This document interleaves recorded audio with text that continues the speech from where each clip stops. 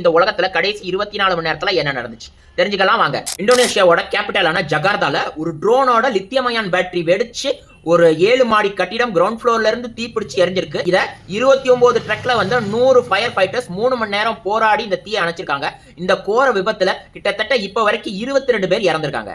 என்னதான் Thailand Cambodia Sivan கோயில் பஞ்சாயத்துல நம்ம யுஎஸ் பிரசிடென்ட் தலைவன் ட்ரம்ப் தலையிட்டு அக்டோபர் 26ஆம் தேதி இந்த பஞ்சாயத்துக்கு ஒரு எண்டு கார்டு போட்டாலும் நவம்பர் 10, 12 தேதிகள்ல தாய்லாந்தோட பார்டர்ல பதிக்கப்பட்ட லேண்ட்மைன் வெடிச்சு பல வீரர்கள் இறந்திருக்காங்க. இதனால டிசம்பர் 8ஆம் தேதி திருப்பி இந்த பார்டர் பஞ்சாயத்து ஆரம்பிச்சிருக்கு. தாய்லாந்து கம்போடியா 2 சைட்லயும் இருக்கக்கூடிய 5 லட்சத்துக்கும் மேற்பட்ட மக்கள் காலி செய்ய வேண்டிய சூழ்நிலைக்கு தள்ளப்பட்டிருக்காங்க.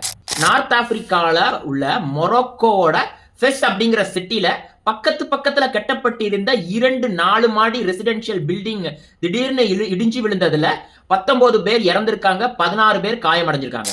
ஹாய் ஃப்ரெண்ட்ஸ், ரத்தினம் வெரைட்டி ஸ்டோர் உங்களை அன்புடன் வரவேற்கிறது.